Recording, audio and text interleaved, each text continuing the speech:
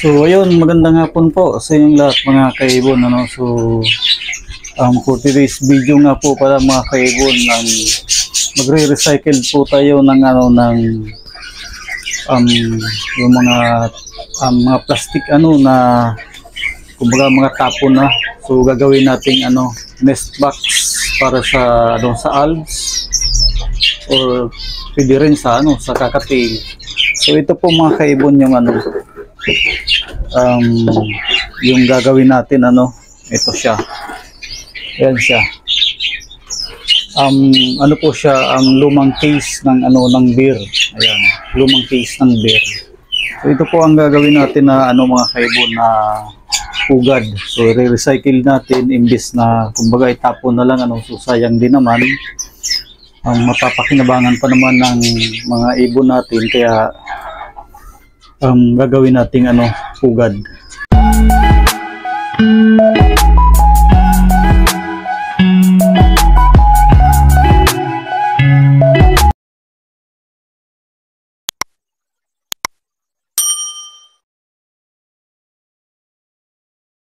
Ito nga po pala mga kaibon ng mga gagamitin ko itong siyempre may grinder, ayan yung pangkat, may cutting disc na rin. Yung ginamit yung cutting disc dito mga kaibon is yung yung pangkat mismo ng bakal. So pwede rin naman, maayos din naman yung maganda rin naman itong gamitin sa mga ganitong plastic. Tapos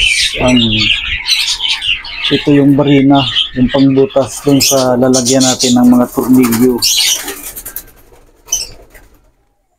Tapos itong pang rivets.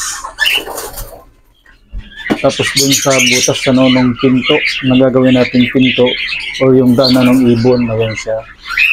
Bali nga pala ito mga kaibon, mas maganda siguro nito yung medyo malaki dito kasi ito lang to 2.5 inches ang laki nito. Ang laki ang pagkano 2.5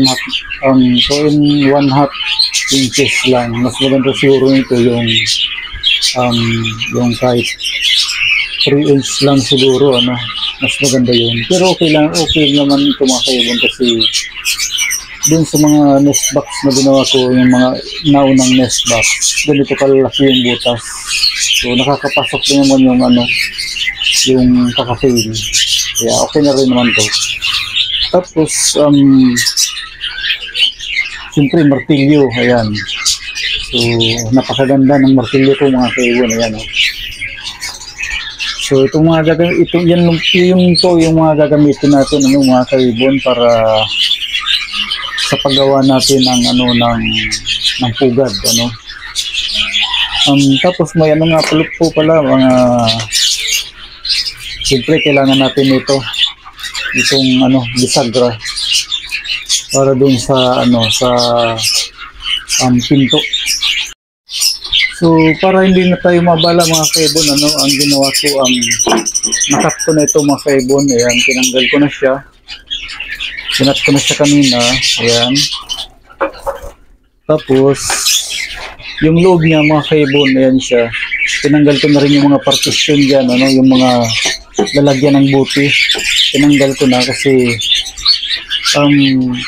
makunat kasi ito mga kaibon, medyo matatagalan tayo sa pagtanggal ng mga dito, mga division kaya pinagtatanggal ko na.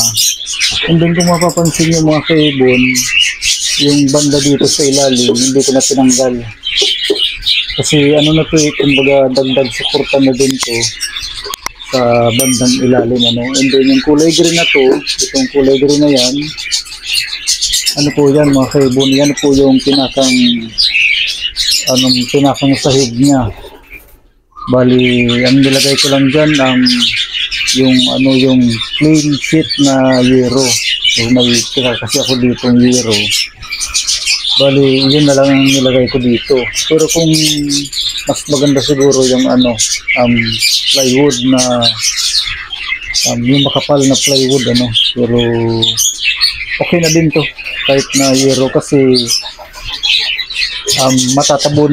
matatabunan din naman yan nung nung kusot na ilalagay natin para sa kumbaga yung yung nesting material nila.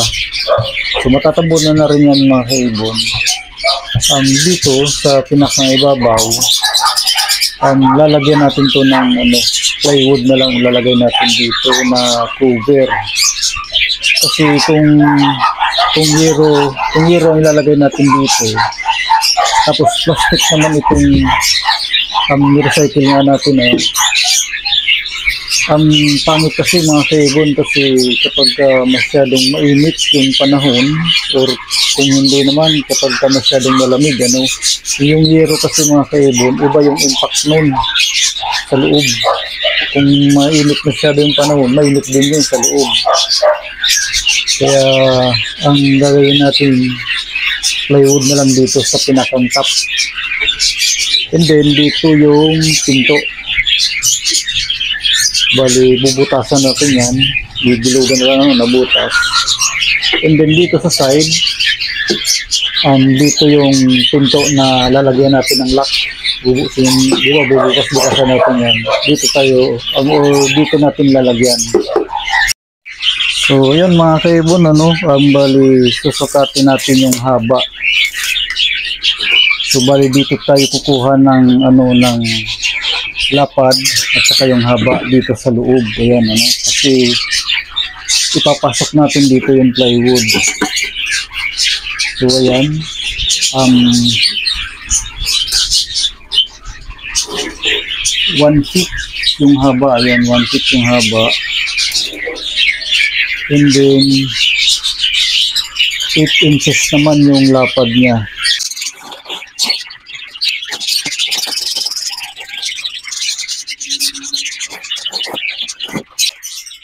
Unahin natin mga kaibon yung yung haba, yung haba niya.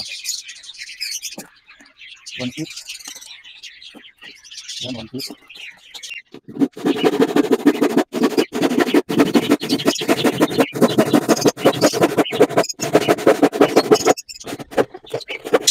So ito yung lapad niya mga kaibon, 8 inches. Ayan, 8 inches.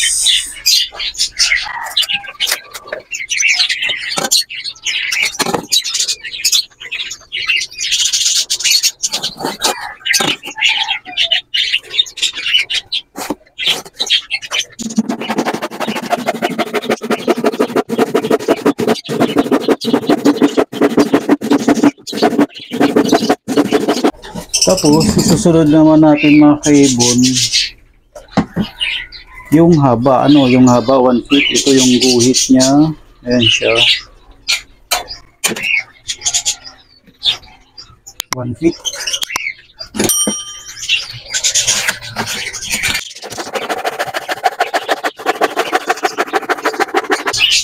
So titingnan natin mga kaibon kung kasya,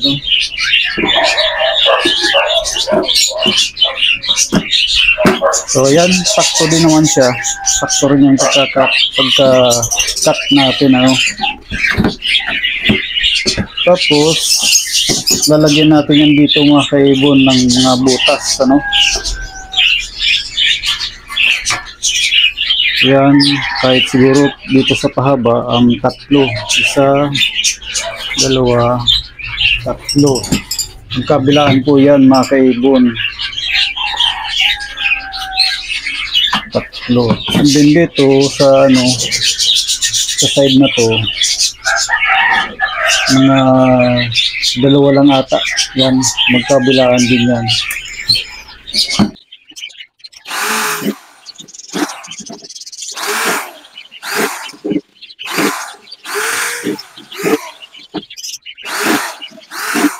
So yan, mga kaibon, bali na nailagay ko na po yung plywood, bali ginamitan ko na lang ng pako. Ayan.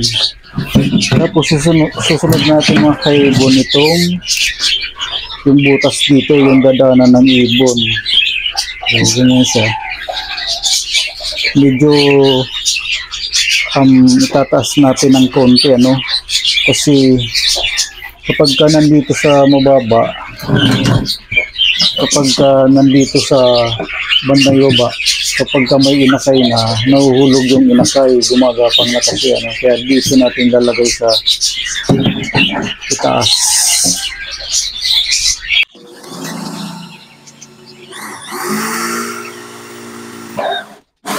Ayan na siya mga kaibon, ano? Ayan na siya. Tapos nalagyan natin dito ng butas para dun sa pinto.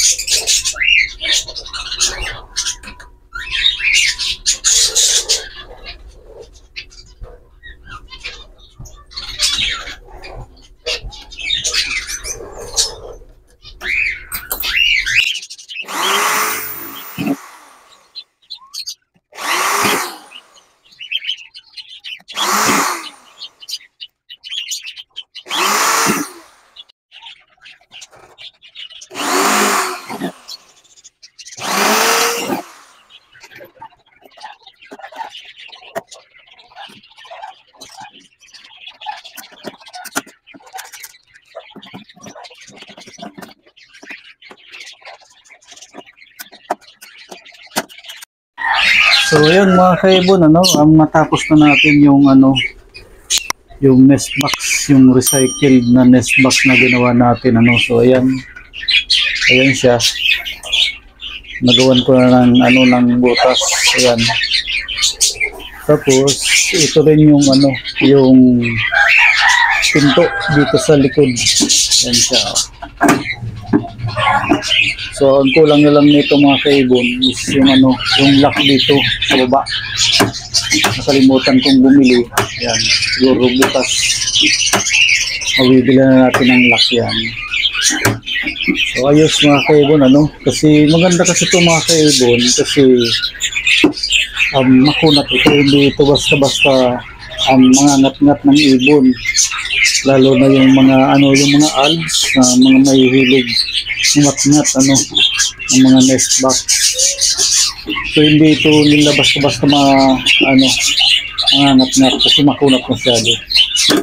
So yun lang po, ano mga kaibon, ng video, or ang may share ko naman sa inyo ngayon patungkol sa pag-DIY ng nest box, ano. So salamat po mga kaibon.